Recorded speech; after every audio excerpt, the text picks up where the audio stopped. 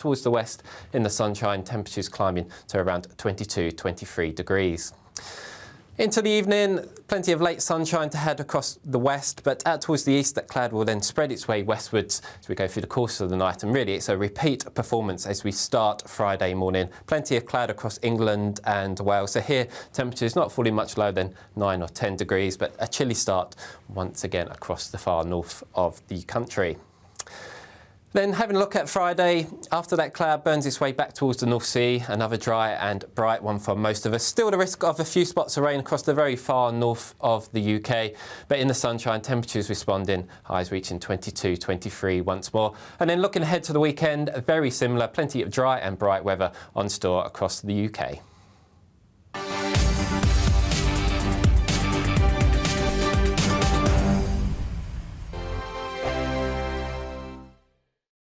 It's all about family, being in people's living rooms, all the interaction and getting to know who our viewers and listeners are. When I was young, my dad used to say, no, stop arguing. I wanted an outlet that would enable me to give my opinion.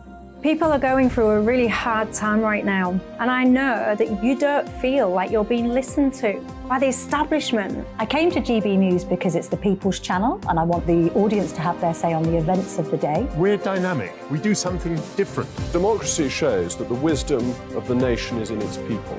I get to travel to find out what the story is from a personal perspective. The British people aren't fools. We know when we're not being told the full story. We've got to work out how Britain moves forward from this. It's the best country in the world. The establishment had their chance. Now we're here to represent your views. Britain's watching. Britain's watching. Britain's watching. We're proud to be GB News. The People's Channel. Britain's news channel. I'm Jacob Rees-Mogg, the Member of Parliament for North East Somerset and a former government minister. For years, I've walked the corridors of power in both Westminster and the City of London. We need to have the arguments, the discussions on how we make it better. Crop failures, famine, war, suffering on a scale completely unimaginable. We are putting the cart before the horse. As Charles I said at the scaffold, he was the true defender of liberty. Yeah, I've completely derailed the conversation. Join me Monday to Thursday at 8 p.m. on GB News, Britain's news channel. The Dewbs Co, we tackle the issues of the day with real, robust debate. Both sides of the fence, battling it out with me in the middle with my forthright opinions and views. And often really interesting things happen because you start with a position and then by the end of the debate you find actually, I might not have thought about that one. What we need in this country is 2 new political parties. You should maybe think about doing a 2024 calendar. I'm Michelle Dewberry and I'm keeping you company right through until 7 o'clock this evening. GB News, the People's Channel, Britain's watching.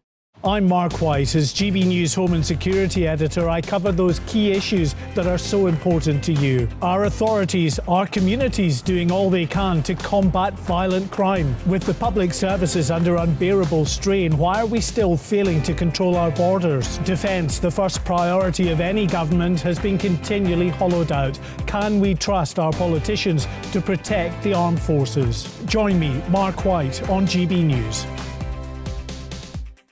Monday to Thursday, 9 p.m. till 11 p.m. Join me, Dan Wootton. I'll bring you the sharpest takes and hottest debates. Do you not believe in prisons? I don't believe in prisons. I'm completely stunned. I guarantee you there'll be no spin, no bias, no censorship. I actually was personally quite offended by it. And no reason to go to bed. So I guess they've always been quite woke. That's Dan Wootton tonight on TV, radio and online. Monday to Thursday from 9 p.m. till 11 p.m. on GB News. The People's Channel, Britain's news channel. You've probably seen politicians interviewed 1,000 times, but we do it differently. We find out who they really are, we don't shout, we chat, and hopefully we bring a bit of light, not just heat. Did you know Kate Moss? Apparently. Do you have a pair of jeans or a pair of jeans? No, of course I don't. What would I do with them? My friends are like, oh my God, what's she doing now? Join me every Sunday at 6 for Gloria Meets, only on GB News, the People's Channel, Britain's news channel.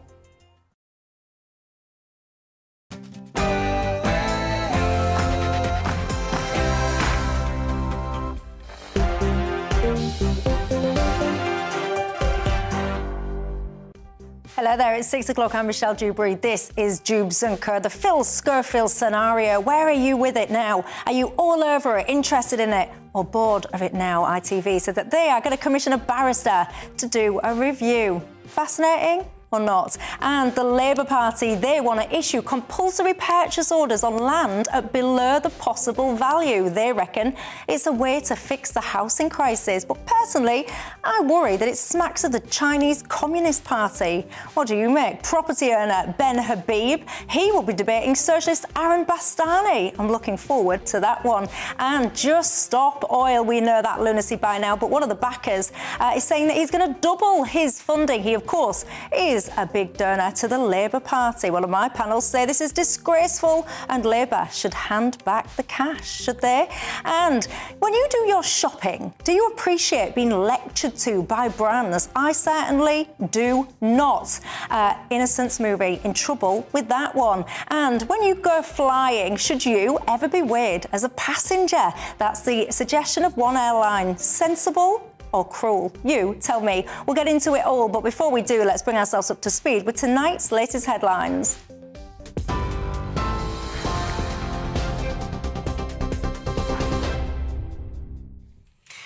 Michelle, thank you. And breaking news coming to us within the last few minutes concerns daytime TV on ITV. We understand the company ITV has today instructed a barrister to carry out an external review of the precise facts following TV presenter Philip Schofield's statement and departure from the daytime TV show this morning.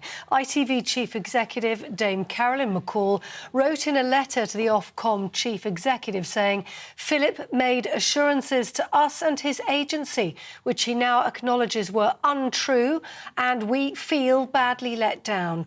We consider our approach was reasonable and proportionate at the time and in the circumstances. ITV bosses are, of course, due to be grilled in Parliament next week over Philip Schofield's affair with a younger male colleague at work. Senior leaders at the broadcaster are expected to appear before MPs on the Culture, Media and Sport Committee on Tuesday. But that news about ITV bringing a barrister on board to look into the precise circumstances surrounding Philip Schofield's departure from ITV is breaking news to us in the last 15 minutes or so. ITV insisting it did at the time investigate rumours, but both parties had denied it and they ended their internal investigation. More detail on that, of course, as it comes to us. Well, in other breaking news this afternoon, Boris Johnson's notebooks and WhatsApp messages have been handed over to the Cabinet Office. That's happened within the last hour. A spokesman for the former Prime Minister saying he has actually asked for the full and unredacted details to be disclosed urgently to the COVID inquiry. That's after the Cabinet Office previously argued the material was irrelevant. Downing Street is denying claims of a cover-up. The government has until tomorrow afternoon to hand over that evidence.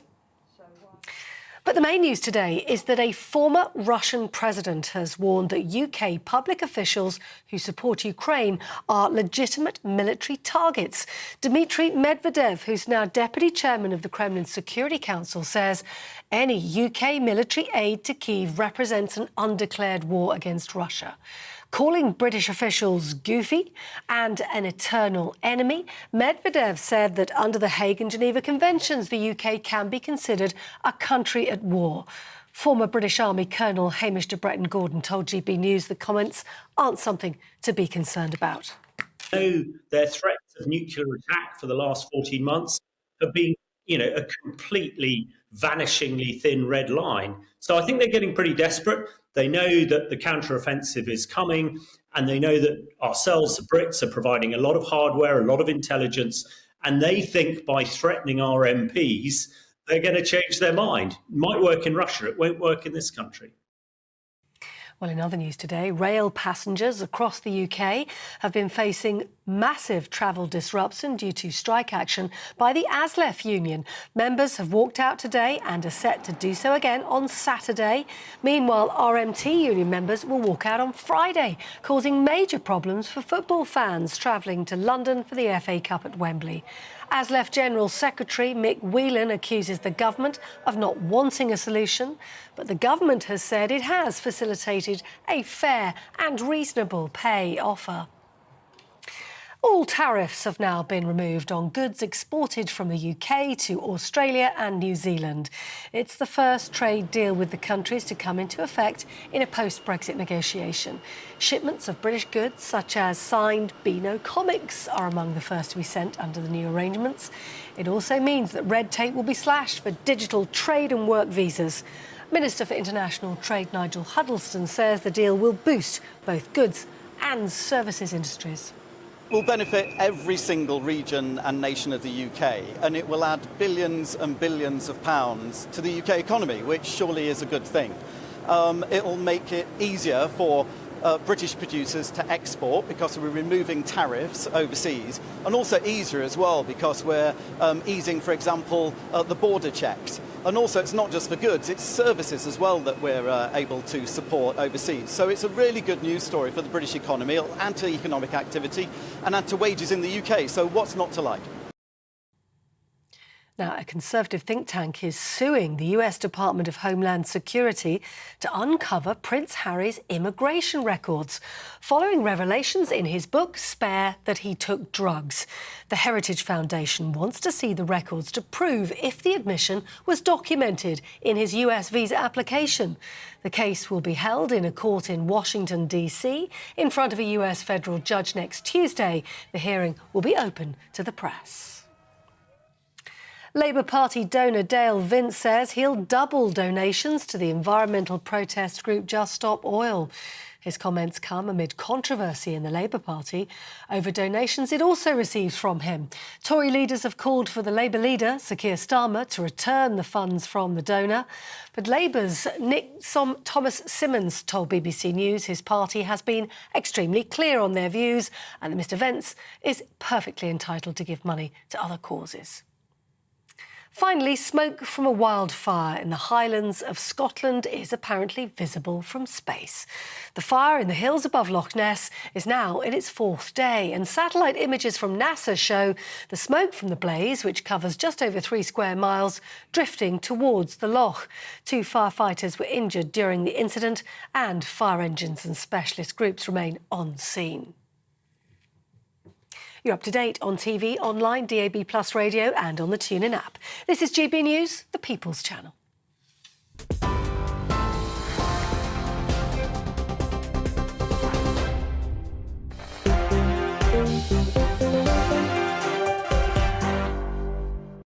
Thanks for that, Polly. Well, I'm Michelle Dewberry with you right through till 7 o'clock tonight. Alongside me, Aaron Bastani, the founder of Novara Media, and Ben Habib, a former Brexit Party MEP and the CEO of First Property Group. Good evening, gents. Interesting mix tonight, not least because I do want to talk. Did you see the story about Labour wanting to, I would say, seize property at below its possible value? They reckon that that is one of the ways that we can get the housing situation under control in this country. Is it?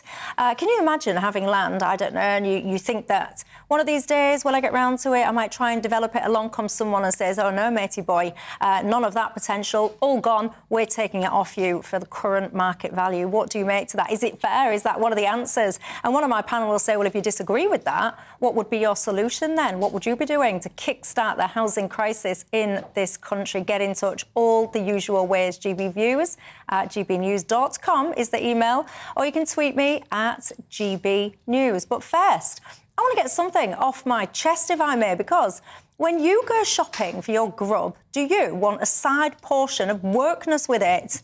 No? Me neither. But increasingly, I cannot help but notice that that is what we're getting. The latest bandwagon jumpers are innocent smoothie. They proudly taught us recently on, you guessed it, their social media, that it was Ida Hobbit Day. No, I've never heard of it either, but apparently it means International Day Against Homophobia, Biphobia and Transphobia. But if that's not all, in a very keen attempt to show us how virtuous they are, they turn to what they call the legends at Mermaids to tell us how to speak. But in a massive virtue-signalling own goal, that will be the same mermaids, by the way, who are under investigation, and the same mermaids accused of encouraging children to bind their chests and transition their gender behind their parents' backs. Now, having had all of this pointed out to them, they very quickly deleted the tweet and made a statement instead, saying that the comments made were not aligned with their values. Of course, that'll be the same values which saw them sell their brand to the highest bidder, namely Coca-Cola, a company which does a lot more to contribute to the obesity crisis in this country than, frankly, I don't know what, great values. But if activism with your refreshments is your thing, then you're in luck, everybody, because Ben & Jerry's, not content with writing to-do lists for our government, is currently advertising for a full-time UK activism manager. Whatever happened to the old days of a simple whippy and a flake? But if you are like me, then buckle up, everyone, because it's about to get a whole lot more ridiculous, given it's almost time for the holy month of Pride. You know, that amazing opportunity for brands to make money off who sleeps with who, decking every single opportunity, their spots with rainbows, whilst simultaneously ignoring often the fact that they sell their products in countries where people can be chucked in jail for being gay, or if they're really unlucky, even get chucked off a building. So please, give me a break. Brands, honestly. In the spirit of Ben & Jerry, I've got a really simple to-do list for you. It's really simple. It has just one thing on it. Spare us your lectures and focus just on the thing you're supposed to do, making and selling your products.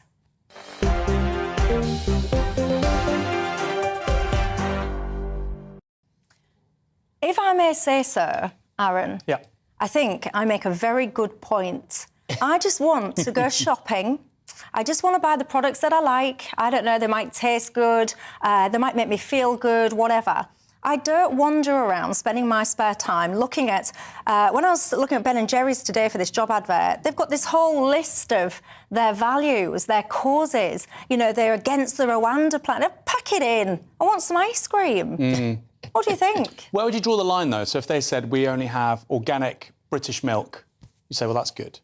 So I think it's a question of what kinds of values do we think are permissible, or is there a line that we don't want people to go beyond? Well, no, because organic British milk is a core ingredient to their core product. Sitting there and telling me that I'm creating a to-do list for the government, i.e. stop outsourcing refugees to Rwanda, what has that got to do with chocolate fudge ice cream or whatever it is? This is one of those rare moments in politics. I'm very sympathetic to your argument, Michelle, and I'm very happy that you are on the side of people that are very critical of corporate brand washing. And I do agree with you. And it's the same with Pride, by the way. Oh, don't even get me started on Pride. You know, BAE Systems supports... Your job is to, you know... Well, actually, I'm not going to say I'm a particularly big fan of their job either, particularly, you know, selling weapons to the Saudi state to bomb Yemenis. But regardless, I agree. We live in a really strange moment where everything is political except politics. You know, politicians accuse each other of playing politics, don't they? They say, no, don't get ideological, don't play politics. We're just managing the system. Everything but politics is political, whether it's, like, say, brands, you know, your favourite designer, your haircut. Everything's political except politics. And I think that says something about our society in the 21st century, our inability to really address big problems. And again, I agree with you, just to finish, this isn't how we address big problems like bigotry, inequality. I would add finally one thing, though. Yes, businesses should be concerned about making their products and selling their products and hopefully making a profit, but also looking after their workers. Yeah, and I just think they're hypocrites. I cannot help it. I've tried to be really sympathetic. I've tried to put myself in the mindset of someone that perhaps doesn't like the Rwanda plan. I wouldn't sit there. I wouldn't sit there and say, yes, I don't want people to go to Rwanda. So I'll buy that ice cream. I just wouldn't. So if I wouldn't do that, if I supported that cause, then why on earth would I do it if I didn't? And why, as a brand, would you want to alienate potentially half of your customer base by getting involved in this stuff? Yeah, so I think the prima facie superficial reaction is one of either astonishment or praise, if you like, if you're part of the group of people that, you know, don't want anyone to go to Rwanda. But there's something much more serious behind actually what's happening, Michelle, here. And, you know, when I started in business, there were clear-cut obligations that you had as a director of a company. You had to look after your creditors, your employees, and your shareholders. They were the three, including the taxman, who's a creditor, obviously. Taxman comes right at the top, believe it or not, in your obligations as a director.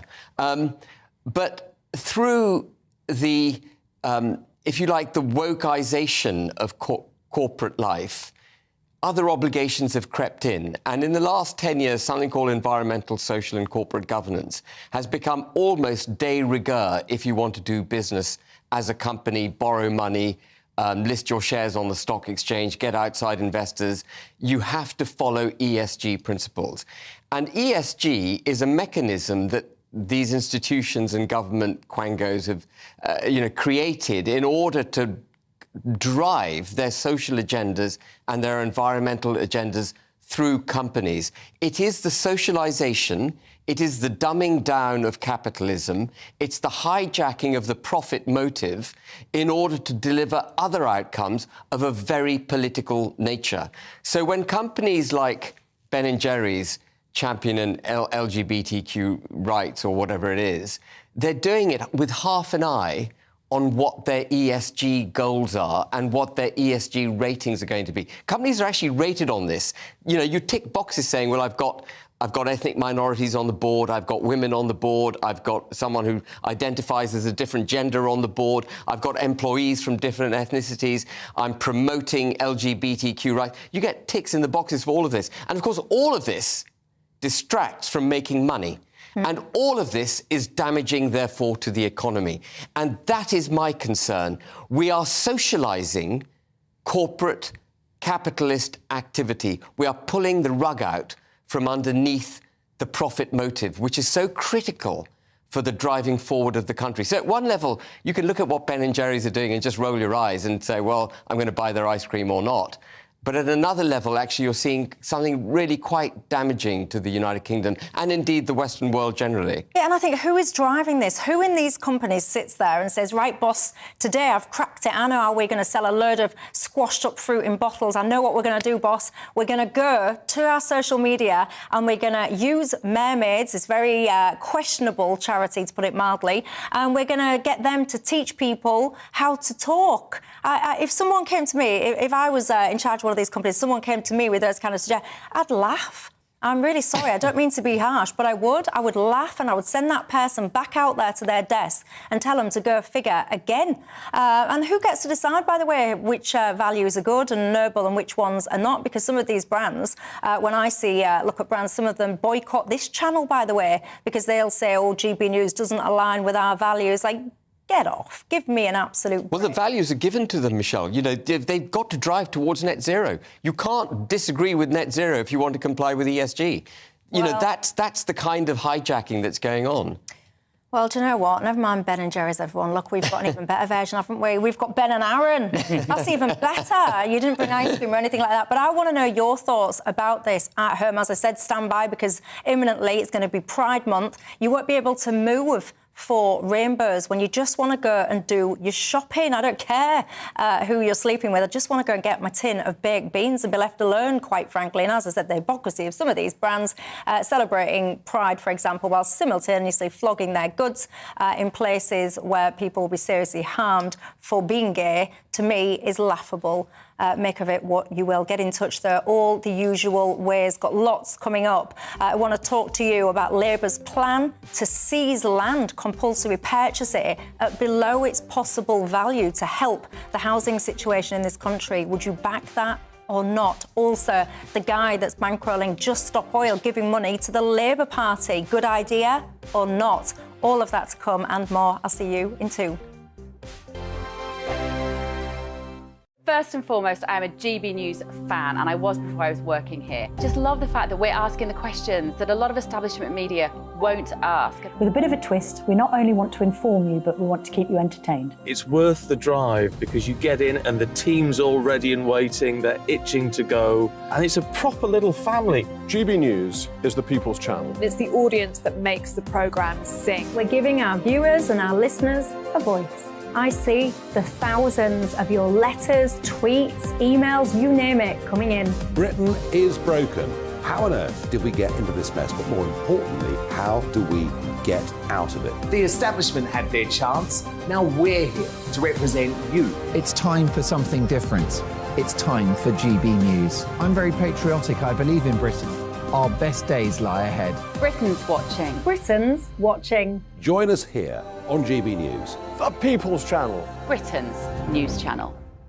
I'm Simon Evans. Join me on GB News for Headliners at 11 p.m. What's the scoop? I'll be joined by two of the country's top comedians. That's right. As we take a look at tomorrow's newspapers tonight. We're going to get into trouble. If it's a big story, we'll be covering it. Spill some tea on him. There we go. But we'll also have some fun. I wouldn't stick up a bank.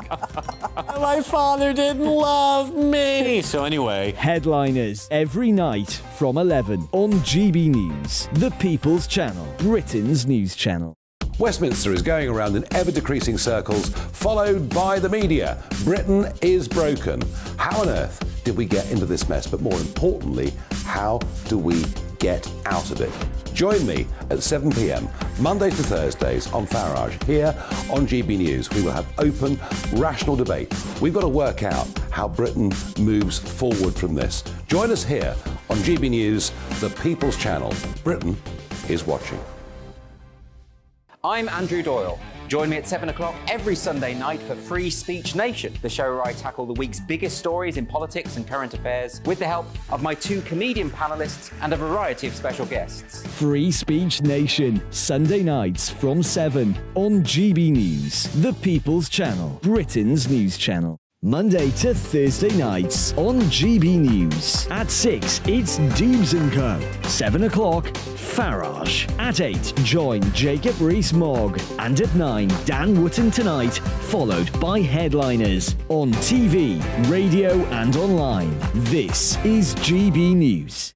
Every Sunday from 11, join Michael Portillo. There'll be topical discussion, looking at the week before and the week to come. So kick back and relax at 11 a.m. on Sundays on GB News with me, Michael Portillo. GB News, the People's Channel, Britain's news channel.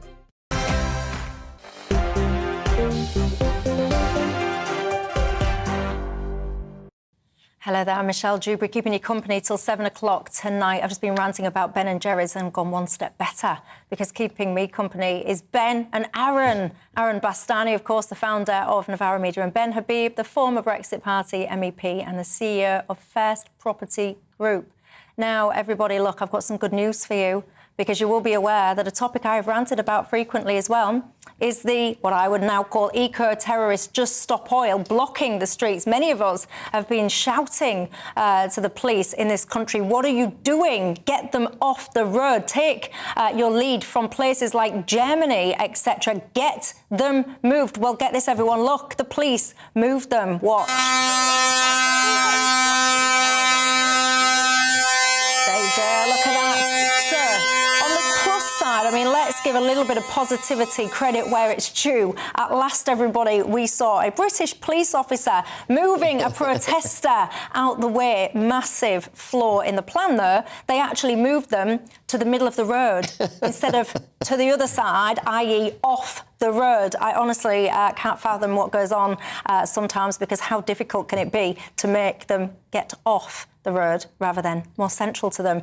I speak of Just Stop Oil, by the way, because the Labour Party say it's perfectly fine to take money from the man who bankrolls, in part, Just Stop Oil. Of course, they talk about Dale Vince. He's given about £1.4 million, yes, you heard me, £1 million, to the Labour Party since 2014. The government here is saying that Labour Party should retain that money because they reckon it legitimises Just Stop Oil's tactics. What do you reckon, Ben? Well, I'm very troubled by the Labour Party taking, large sums of money from people who have a vested interest in closing down the oil and gas sector. And, we've had Keir Starmer, who could potentially be... Are you worried about them taking money from people who've got a vested interest elsewhere, or just the energy? Well, I mean, the case in point is the oil and gas sector. But, from any conflicted individual. And I think the Conservative Party, I'm not short of criticism of the Conservative Party on that front. They take money from rich donors all the time, and there must be masses of conflict of interest, which must be incredibly difficult to navigate. But, just coming back to this story, Keir Starmer is likely to be the next Prime Minister. And in the middle of a cost of living crisis caused by rampant fuel price increases, as a result of what we did in lockdown and then the Ukraine war, he wants to shut down access to natural resources at our doorstep, which we, the British people, own. And gas, by the way, is not a very polluting fuel. The EU itself, this virtuous entity, the EU itself, was moving towards legitimizing gas as a green fuel before the invasion of Ukraine. And so you've got to join the dots in these kinds of debates and figure out why is it that Starmer would willfully do so much damage to our self-sufficiency in energy unless he's, getting... Well, why would he do it? There's got to be some motive. But do you reckon he should give the cash back? I think he should give the cash back. On Just Up Oil, by the way, I think they're a fantastic advertisement for the oil and gas industry. The more I watch Just Up Oil, the more I think people must be just hopping up and down saying, get rid of these lunatics. I want to fill my car with gasoline. Is there anyone out there that supports their methods or their message, actually? You might support one or t'other, I don't know. I don't know what I would do, Aaron, if one of these groups slow marched in front of me if I had somewhere I needed to be. I worry that I'd probably end up in prison or something, because I don't think it's appropriate, acceptable or anything now to be doing what you're doing for the amount of time that you are now doing it. I liken it now to a form of eco-terrorism. You're trying to literally bring the country to a standstill as often as possible to influence political outcome in this country. It's wrong. So on Just Stop Oil, this is a peaceful tactic. It's not lawful, but it's peaceful. That's an important thing. So I think that... But it's not peaceful because it's creating carnage around it. When you look at the people that are getting... There's vandalism. Well, There's vandalism. They're not destroying... No, they're not. It's not criminal damage. They're not destroying property or... So I would draw a line there. You can say it's wrong. You can say it's counterproductive. You can say it's illegal. You can say they should go to prison. All that. But they do vandalise property. Well, I think that they weren't there. I think there is a big distinction between criminal damage to property, violence against persons, and what they're doing. They're not doing either of those two. And so terrorism generally is one of those first two.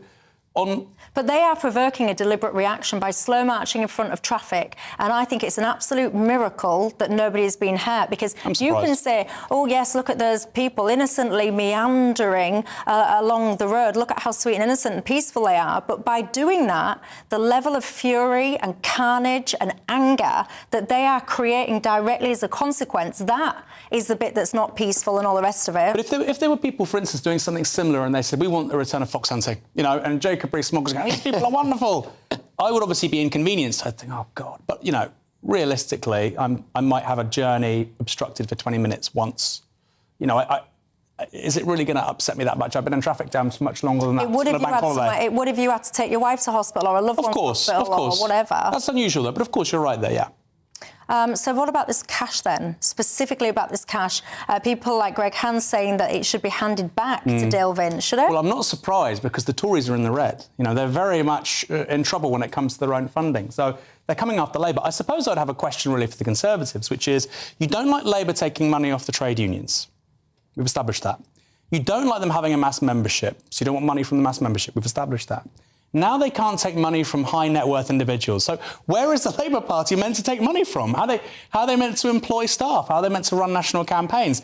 Is it the Conservatives who said they shouldn't take money from the unions? I thought that was a Keir Starmer kind of inspired. Well, no, I think Keir Starmer likes to bash the unions, but he's very happy to take their money. OK. So it's an interesting one. I think I can understand why you would be sceptical about policy capture. Right, because this guy's in an industry and you're worried that, well, he's basically buying access to a certain policy outcome, which is really important. However, I'd add an important caveat to that, and it's a really justified concern. And by the way, some would argue that him personally could stand to financially benefit. Exactly. He's selling ecotricity, and I think he is in the process of selling ecotricity precisely because he wants to make more donations and become more politically involved in this sector. And I think he understands the conflict of interest. Of course, that sale was hindered by the extraordinary volatility we saw in energy over the last 12 months. But I think that's really... I think Dale Vince, who, by the way, remarkable personal story, he's made a hell of a lot of money off his own back, really grafted his way up from a very normal working-class background as a kid. I think he wants to become more involved in politics, so he's looking to get rid of ecotricity. I beg to differ, says Michelle. That's not me, one of my viewers. What is throwing paint over paintings, gardens, buildings, etc., if it's not criminal damage? But that's the point, Michelle, I think that you're making, that stuff you would class, surely. That is criminal damage. Yeah, there was those chaps on the... Yeah, you would class that as criminal damage. Do you think I'm a little bit extreme with my sentiment? Because I do now. I find this a form of eco-terrorism. I think it's gone beyond just your right to protest. I think it's gone beyond just you landing a point. It's gone too far. And the demands, we demand that you do this. Get lost. I couldn't agree more. I mean, I would have zero tolerance to someone blocking the road. And I don't... it is possible, Michelle, the policeman was deliberately dragging him into the middle of the road. He might have had a vindictive aim. I don't know if I can get that clip back on, but if I can get that clip back on, it's I am not a police officer, I must confess, and nor have I ever been in a police unit briefing, but I do have a small fragment of common sense. So even I, without any training, as a police officer, would surely understand the very basic, which is, if I'm going to remove a protester, you know, I'm going to use a brain cell and move them away from the road. So what has gone on there? Why would that copper think that a sensible manoeuvre would be to pull them into the road? I don't know. Sometimes I do. I just think this world is going absolutely crackers. You can be the judge. You can have the final say. I've got a question for you, though. Do you think the Labour Party is right to suggest that someone that owns land should be forced, essentially, compulsory purchase order, to sell that land at below its possible value, all in pursuit of revitalising the housing sector? What do you think? Common sense or stealing? You tell me all the usual ways, and I'll see you for that one in 2. It's all about family, being in people's living rooms, all the interaction and getting to know who our viewers and listeners are. When I was young, my dad used to say, no, stop arguing. I wanted an outlet that would enable me to give my opinion. People are going through a really hard time right now, and I know that you don't feel like you're being listened to by the establishment. I came to GB News because it's the People's Channel, and I want the audience to have their say on the events of the day. We're dynamic. We do something different. Democracy shows that the wisdom of the nation is in its people. I get to travel to find out what the story is from a personal perspective. The British people aren't fools. We know when we're not being told the full story. We've got to work out how Britain moves forward from this. Is the best country in the world. The establishment had their chance. Now we're here to represent your views. Britain's watching. Britain's watching. Britain's watching. We're proud to be GB News. The People's Channel. Britain's news channel. Join me, Patrick Christie's, Monday to Friday, 3 till 6. We tackle the day's news agenda like you've never seen before. It's high tempo, high octane, the most controversial topics, and the best guests. You will not be able to take your eyes and ears off it. I'm not afraid to ask the questions that you really want answered. 3 till 6 p.m, Monday to Friday on GB News, the People's Channel, Britain's news channel. Join us every night on GB News at 11 p.m. for Headliners, which is 3 top comedians going through the next day's news stories, which is exactly what you need, because when the establishment has gone crazy, you need some craziness to make sense of it. So join us 11 p.m. every night on GB News, the People's Channel, Britain's news channel. Join me, Camilla Tominey, on Sunday mornings from 9:30, taking the politicians to task and breaking out of SW1 to see how their decisions are affecting you across the UK. Bursting the Westminster bubble every Sunday morning, only on GB News, the People's Channel. Britain's watching.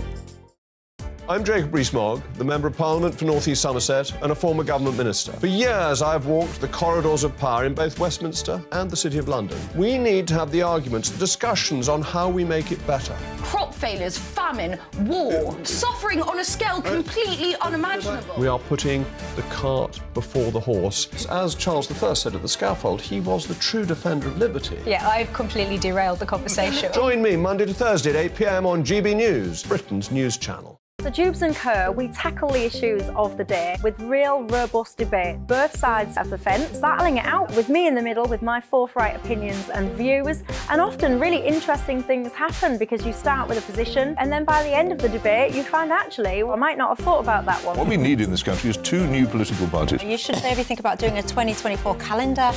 I'm Michelle Dewberry and I'm keeping you company right through until 7 o'clock this evening. GB News, the People's Channel, Britain's watching.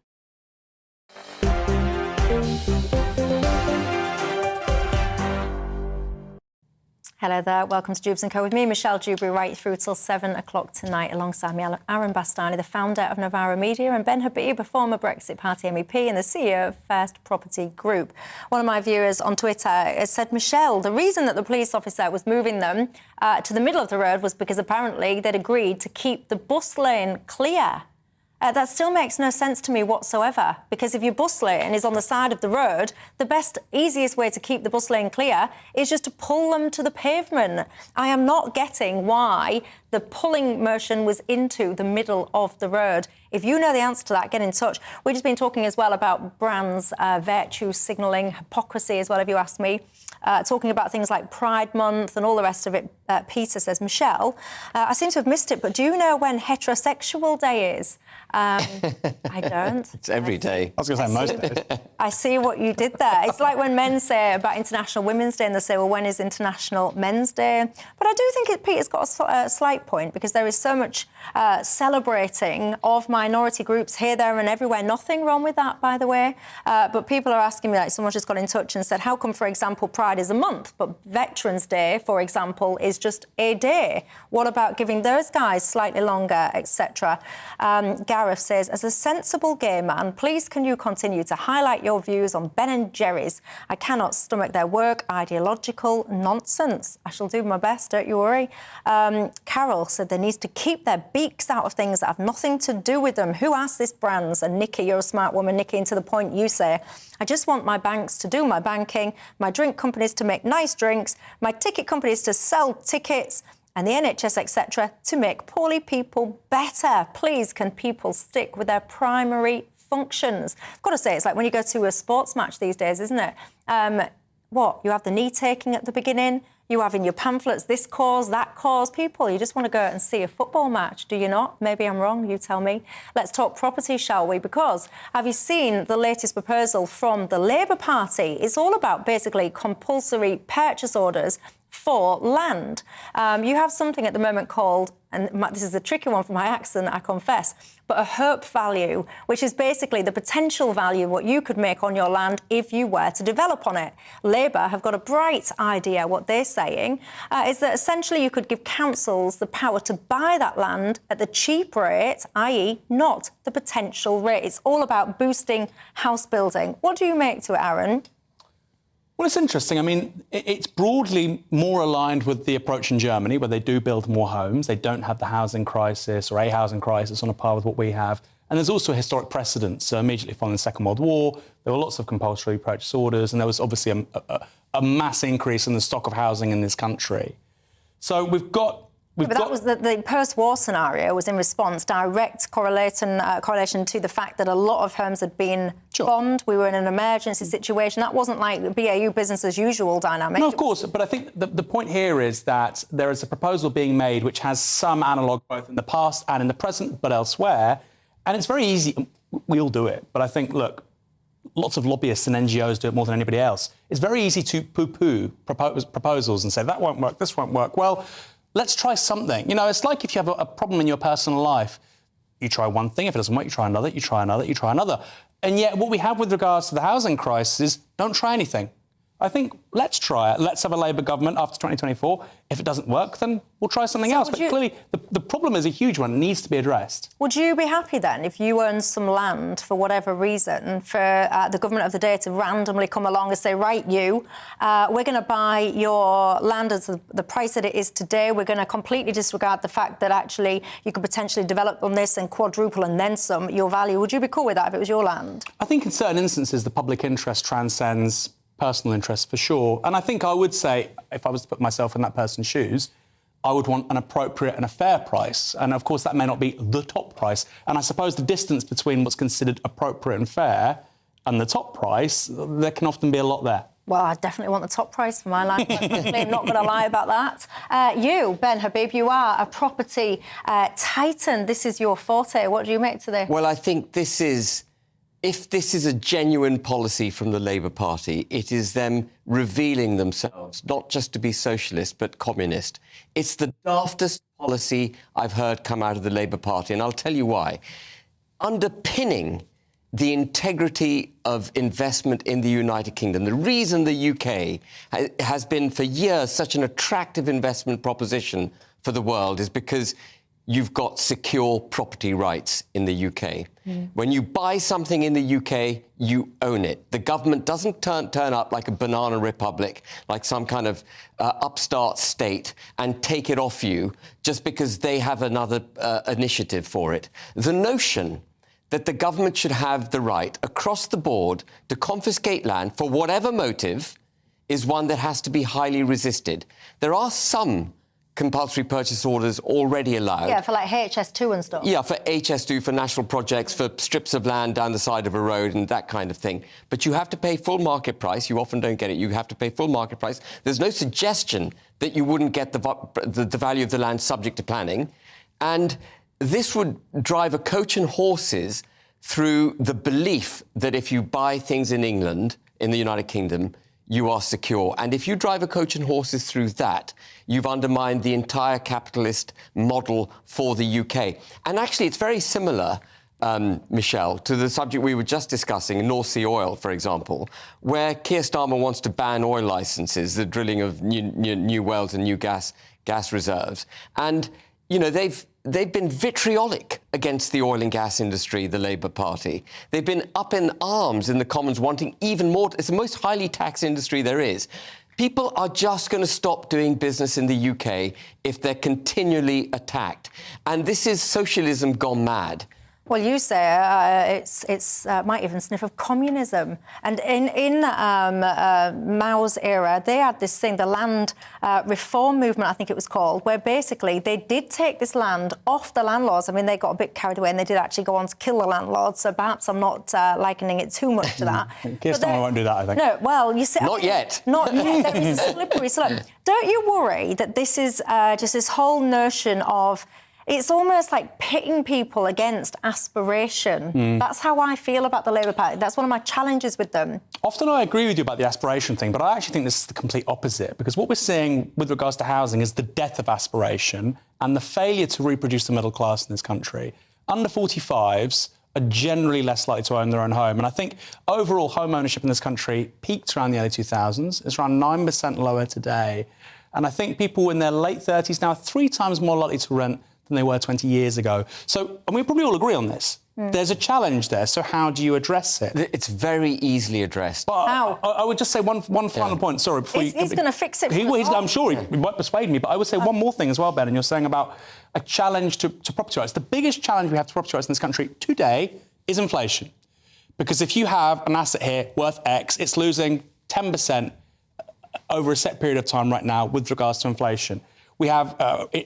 interest rates are going up. So if you are, if you owe lots of creditors and you're highly leveraged, that's also a real attack on your wealth. So I think to say, given interest rates where they may go in the next 6 months, given inflation, to say that the biggest challenge to somebody with a large portfolio of assets, the biggest challenge is maybe Keir Starmer and CPOs, I think that's a bit of a stretch. No, it's not.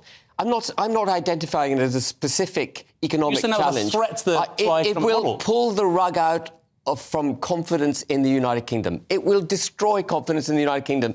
If you think, and by the way, if they start buying land off you at below market price, before you know it, they're going to be buying derelict blocks of flat for refurbishment and redevelopment, and then they'll move on to big houses, which they think should be blocks of flats, and you've driven a wedge through confidence in the UK. It is madness. And this is, I just want to finish. We have had 25 years of unbridled attack on Anglo-Saxon capitalist system. We are progressively becoming more and more socialist, and the evidence is clear. We see it. National debt at a historic high, taxes at a historic high, inflation out of control, public sector broken, unemployment rising, an inability to match jobs that are vacant with people who are not in jobs. The whole system is breaking, and it is breaking under the weight of socialism. And this would be almost the final straw, if you like. And it wouldn't result in new houses being built. It wouldn't work. So what's because the government is useless at doing anything. What they have to do. Hang on. What they have to do, I'm going to pause on that cliff edge, right? Because Ben Habib, he's got the answer. He's just told us he's got the answer. Do not go anywhere because I want to hear that answer. I will see you in 2. He's going to fix it for us. Don't go anywhere.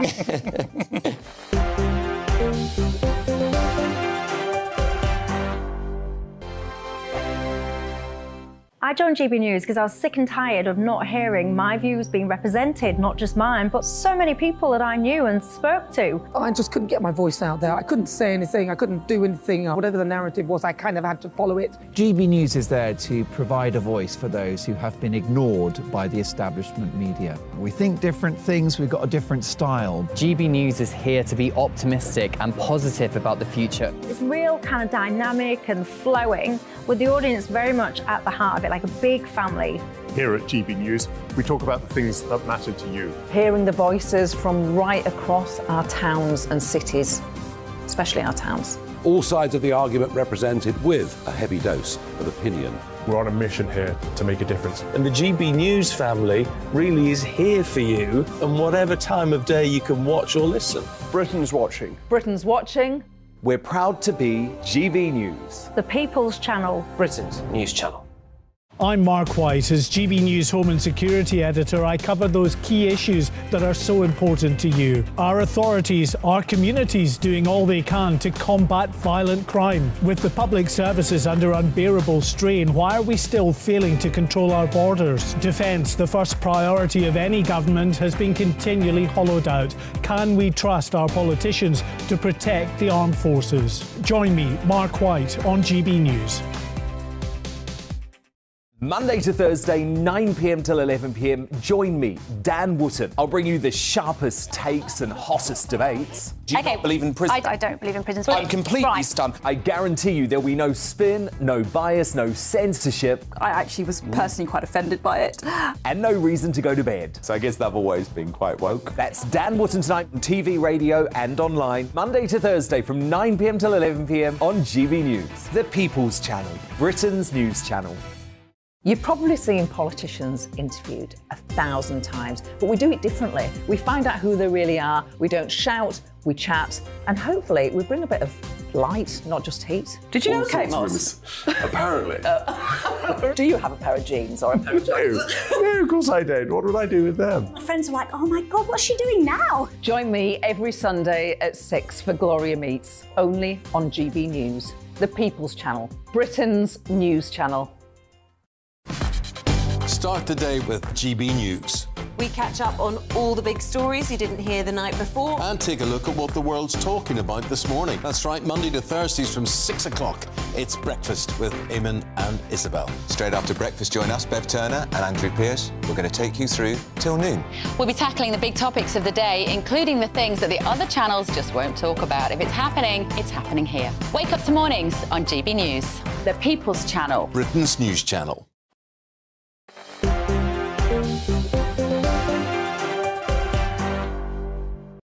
Welcome back, everyone. I'm Michelle Dewberry with you till 7 o'clock. Aaron Bastani is the founder of Novara Media, and Ben Habib is a former Brexit Party MEP and the CEO of First Property Group. We have just been getting into Labour's plans, basically, to take land from the people that own it and not pay their proper potential price for that land, whether or not it's a good idea. So much feedback on this. John says, I am a farmer with land with herb value around a village. I would gladly sell my land for development if I could get planning. However, I would keep farming on it forever if Labour took away the incentive to sell. I hear what you're saying, but you're missing the point, because you wouldn't have a choice. You wouldn't be able to sit here and say, no, thank you, Labour Party, I'm not going to sell it to you. It would be a compulsory purchase. So, yes, my friend, you would be selling it. That is the point, and that is the concern that many people have with this. Steve says, what housing crisis? All my kids bought older houses with no issues whatsoever.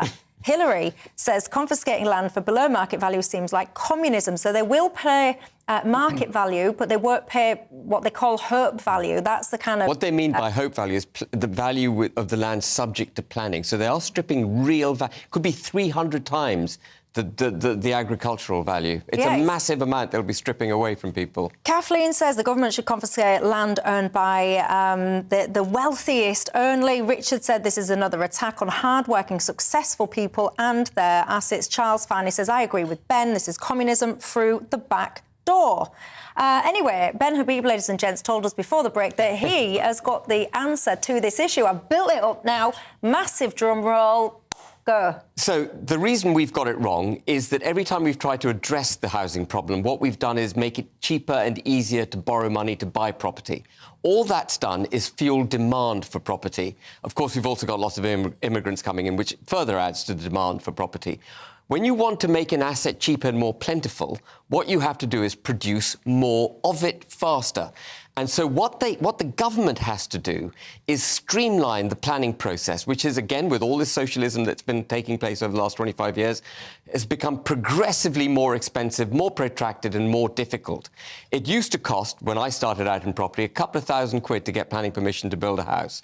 It can now cost £20,000-25,000, the same planning permission. Massive inflation in costs, massive increase in times. So cut back on planning regulations, absolute top priority, and then produce funding and incentives for developers to produce the housing, not for the buyers, but for the producing of housing, so that there's plentiful supply. If you get the supply right, you'll balance the equation. There you go. Convinced, Aaron?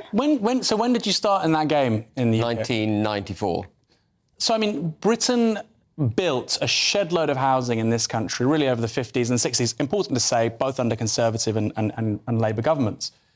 And that was because there was a really central role for the state. Now, I'm not saying the state is the panacea, it solves everything, but I just find it really odd that we have, within living memory, a situation where we were just creating more homes than ever before, and yet we find it so impossible to go back. But Aaron, a lot of those homes are now uninhabitable. A lot of those homes are in what were new towns that they created after the war. And a lot of it was really bad building. I mean, I'm not averse to going out and creating a new town. Do it. But don't do it by confiscating people's land. Well, I think this is also a separate issue. So we agree on the supply. We agree on the supply. You absolutely need more supply. Of course you do. And how do you make that as easy as possible? I suppose I have one question, if I may, Michelle. Very briefly. Which is, there is this real obsession with the green belt. But you're somebody, again, in this industry. If you walk around a city like Portsmouth, Southampton, London even, you find so many brownfield sites. You think, why is there something there? I couldn't agree with you more. I couldn't agree with you more. It's an absolute collapse in imagination that more brownfield sites aren't redeveloped into proper housing. There's so much availability, and people just want to go to the green belt. I'll tell you why they do it, and this is where the Conservative Party has a conflict of interest. It's because house builders are Tory donors, and it's much easier to build on the green belt than it is to go to all the trouble of converting a brownfield site. A lot of you are at home. That's a nice note of agreement, by the way, to end on. A lot of you at home say, Michelle, it's not a housing problem. It's a population increase problem. Why aren't you mentioning that elephant in the room? They're asking me. And by the way, this whole kind of requisition of property land and all the rest of it, I recall at the end of Grenfell, I'm sure Corbyn was saying there was all of these kind of nearby large properties and all the rest of it, and exploring then whether or not you should seize those properties. It's a very slippery slope, isn't it? Because often people that support the whole notion of seizing stuff are those people that don't have the stuff to be seized. But ask yourself, whatever you've got, I don't know, you might have a small flat, a small shed, whatever. How would you feel if circumstances changed and someone came along and said, right, I'm taking it and I'm not going to pay you what it's worth? I certainly would not be happy, would you? Very quickly, before I go, airlines, do you think they should be in the business of weighing their passengers before they get on? Air New Zealand, I shouldn't laugh, but Air New Zealand is now wanting to do that. They say it's about fuel consumption and weight distribution on planes. Is it common sense or is it cruel? It seems rather cruel. I think if I had to fly with Air New Zealand, I'd use Wegovy for a month or two first. Would you now? What about you? That's the weight loss thing, by the way, if you don't know. I think it's daft as brushes. I can't imagine why they're doing it. You know what weight you're carrying. Airlines have operated for, 50 years now, commercial airlines? no trouble. My viewers are a harsh bunch because when everyone did. when I opened the programme, people were writing in saying, well, yes, Michelle, I've thought this for a long time. They're saying, if I've got less baggage than someone else, for example, you would have to pay, or you'd be able to pay less. So if you're carrying less weight within yourself, should you get a discount?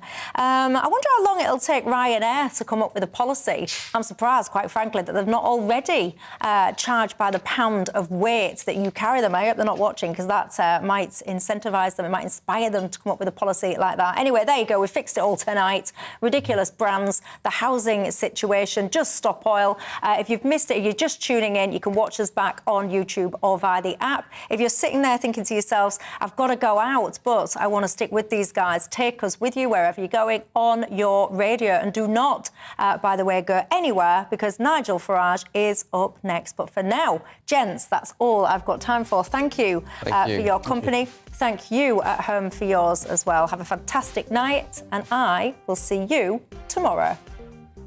Hello there, welcome to your latest GB News weather forecast on the Met Office. I'm Craig Snow. Well, as we head into summer, for most of us it should be dry and settled. Best of the sunshine out towards the west, and it's all down to this area of high pressure keeping things firmly settled across the UK. Weak weather fronts across the far north will just give the odd spot of rain here and there, but for most, as I mentioned, dry and settled, and that's how we will end Wednesday. Lots of clear skies out towards the west. However, in the east we will see cloud, and that will just gradually spread its way a little bit further westwards as the night goes on. So under the cloud, temperatures not falling much lower than 8 to 10 degrees, but in the clearer skies, especially across Northern Ireland and Scotland, could just turn a bit chilly for the first day of summer here. But the good news here is that there'll be plenty of sunshine from the word go. And as we go through the course of Thursday, that cloud will be nibbled backwards towards the east coast. So an increasing amounts of sunshine for most of us. So a fairly pleasant afternoon for a lot of the UK. But fortunately for eastern coast of England especially, the cloud may well be stubborn and linger all day. And combined with an onshore breeze, feeling fairly cool for early June, but out towards the west, another pleasantly warm day with highs reaching 23 or 24 degrees. A fine end to the day in the west as we go into the small hours of Friday, but the cloud across the east will return westwards as the night goes on. So really a repeat performance of previous nights. So under the cloud, temperatures not falling much lower than 8 to 10 degrees. Could even see a touch of frost, however, in Scotland under the clear skies as we start Friday morning. But for many, Friday will be a very similar day to Thursday. Once any morning cloud burns back towards the east coast, most of us seeing plenty of sunshine. Risk of the odd spot of rain for Shetland, and again some eastern coast remaining stubbornly cloudy as we go through the course of the day. But in the sunshine, temperatures reaching around 23 or 24 once again. And very similar conditions as we go into the weekend. Lots of dry and bright weather. Best of it will be in the west.